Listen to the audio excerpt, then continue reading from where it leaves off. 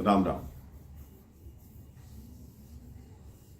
कहते हैं अगर आप बीते हुए कल को याद रखेंगे तो आपका मन सदैव दुखी रहेगा। आप वर्तमान में जिएं और आने वाले कल के लिए सोचें कि आने वाले कल को और वर्तमान को मैं कैसे अच्छा बना सकता हूं।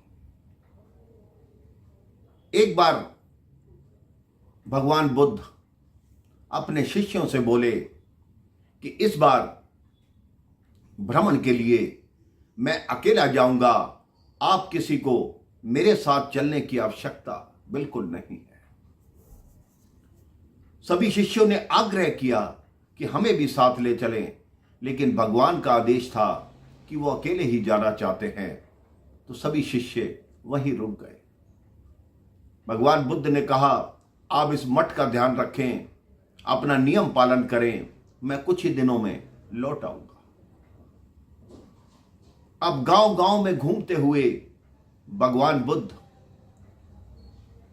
लोगों के घरों में जाकर भिक्षा लिया करते थे। कई लोग उनको पहचान जाते, उनके चरण स्पर्श करते, लेकिन कई लोग ये सोचते कि ये भगवान बुद्ध नहीं हो सकते, उनके साथ तो बहुत सारे शिष्य होते हैं, ये कोई साधारण भिक्षुक होंगे। इसी तरह दिन निकलते गए। एक दिन वो ऐसे गांव में पहुंचे जिस घर के आगे रुके, उस घर के आगे बहुत झगड़ा हो रहा था। वहां एक शराबी अपने परिवार वालों से मारपीट कर रहा था, लड़ रहा था। जैसे ही भगवान बुद्ध ने भिक्षा के लिए पात्र फैलाया, उस शराबी ने भगवान बुद्ध को भी बुरा भला कहना आरंभ कर दिया।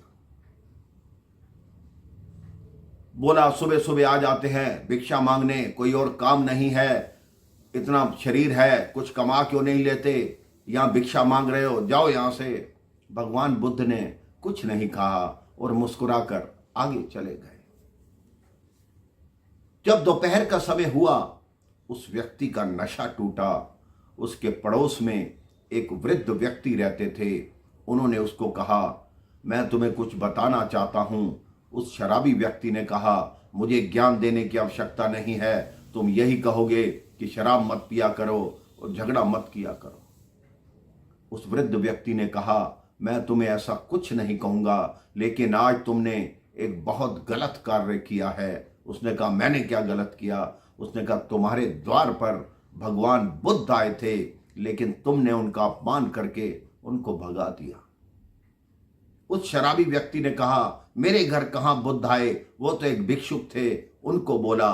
उस वृद्ध ने कहा, वो साधारण भिक्षुक नहीं थे, भगवान बुद्ध थे। अब उस शराबी व्यक्ति को अपने किए पर बहुत पछतावा होने लगा। वो अपने पूरे गांव में घूमा, पता चला कि बुद्ध अगले गांव में चले गए।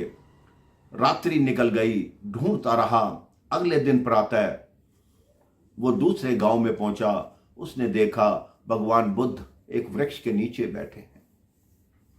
और जाकर उनके चरणों में गिर गया और बोला, मुझे क्षमा कर दो, मुझे क्षमा कर दो।